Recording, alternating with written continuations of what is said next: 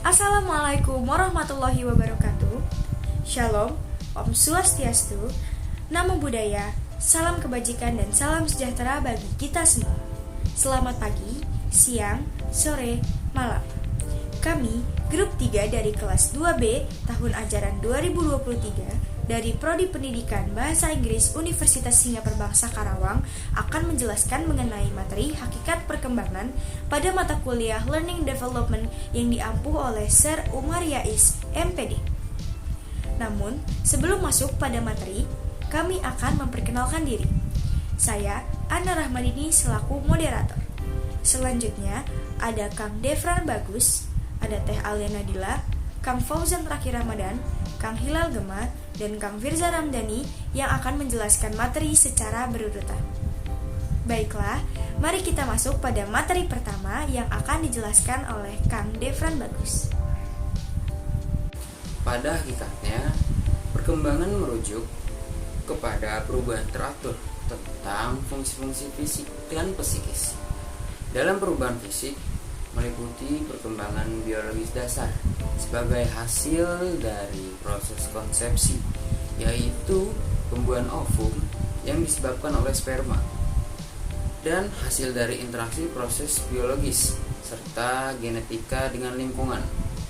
Sedangkan di sisi lain, perubahan psikis mencakup keseluruhan karakteristik psikologis individu seperti perkembangan kognitif, emosi, sosial, dan moral.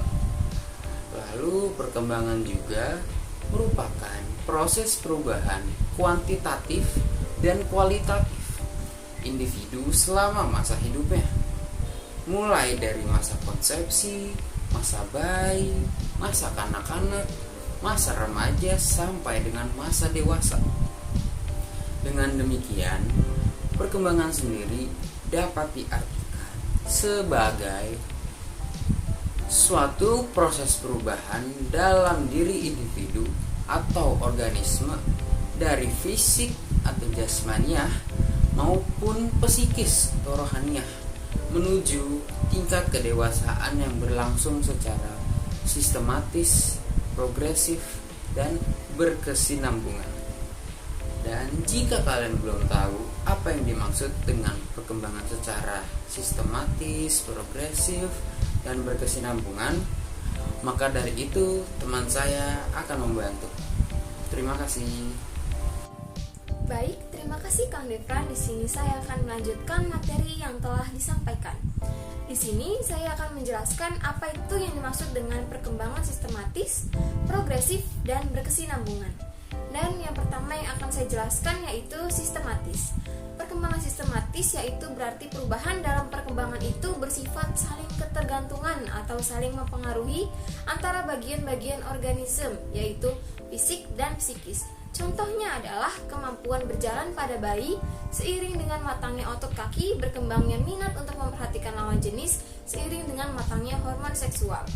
Dan yang kedua yang akan saya jelaskan yaitu progresif. Apa sih itu progresif? Yaitu perubahan yang bersifat maju, meningkat, mendalam, ataupun meluas baik secara kuantitatif maupun kualitatif. Contohnya adalah dari pendek ke tinggi, dari kecil ke besar, dan beberapa perubahan pengetahuan atau kemampuan anak dari yang sederhana ke yang kompleks. Dan yang ketiga yang akan saya jelaskan yaitu berkesinambungan. Apa sih itu berkesinambungan?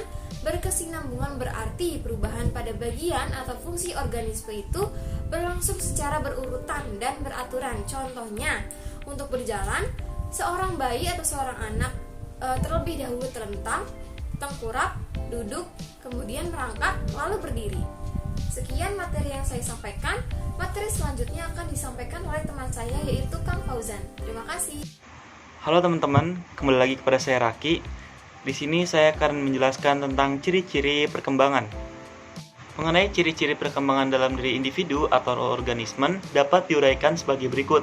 Yang pertama, terjadinya perubahan ukuran dalam aspek fisik, yaitu tinggi badan, berat badan, dan organ-organ tubuh lainnya. Sedangkan aspek psikis, semakin bertambahnya pendaharaan kata dan matangnya kemampuan berpikir, mengingat serta menggunakan imajinasi kreatif. Dan yang kedua, terjadinya perubahan proporsi dalam aspek fisik, yaitu proporsi tubuh anak berubah sesuai dengan fase perkembangannya. Dan pada usia remaja, proporsi tubuh mendekati proporsi tubuh dewasa. Sedangkan pada aspek psikis, perubahan imajinasi dari yang fantasi ke realitas dan perubahan perhatiannya dari yang tertuju kepada dirinya sendiri perlahan-lahan meluas kepada orang lain, terutama kepada teman sebayanya. Mungkin cukup sekian dan akan dilanjutkan oleh Kang Gema untuk poin selanjutnya. Silakan Kang Gema. Baik, terima kasih Kang Aki. Poin selanjutnya akan dibacakan oleh saya. Poin ketiga, lenyapnya tanda-tanda lama dalam aspek fisik seperti lenyapnya kelenjar thymus atau kelenjar kanak-kanak yang terletak pada bagian dada, rambut halus, dan gigi susu. Sedangkan pada aspek psikis, lenyapnya masa mengoceh atau meraba bentuk gerak-gerik kanak-kanak seperti merangkak dan perilaku impulsif seperti melakukan sesuatu sebelum berpikir. Lalu poin yang terakhir, munculnya tanda-tanda baru dalam aspek fisik seperti tumbuh atau bergantinya gigi dan matangnya organ-organ seksual pada usia remaja, baik primer seperti menstruasi pada wanita dan mimpi basah pada pria, maupun sekunder seperti membesarnya pinggul atau buah dada pada wanita dan tumbuhnya kumis serta perubahan suara pada wanita. Sedangkan pada aspek psikis seperti berkembangnya rasa ingin tahu, terutama yang berhubungan dengan ilmu pengetahuan, lingkungan alam, dan nilai-nilai moral dan agama. Baik, materi selanjutnya akan disampaikan oleh Kang Fisya. Ya, saya akan menjelaskan tentang prinsip-prinsip perkembangan. Nomor 1, perkembangan merupakan proses yang tidak pernah berhenti sepanjang hidup di individu. Nomor 2, semua aspek perkembangan saling mempengaruhi. Nomor 3, perkembangan mengikuti pola arah tertentu. Nomor 4, perkembangan terjadi pada tempo berlainan. Nomor 5, setiap fase perkembangan mempunyai ciri khas.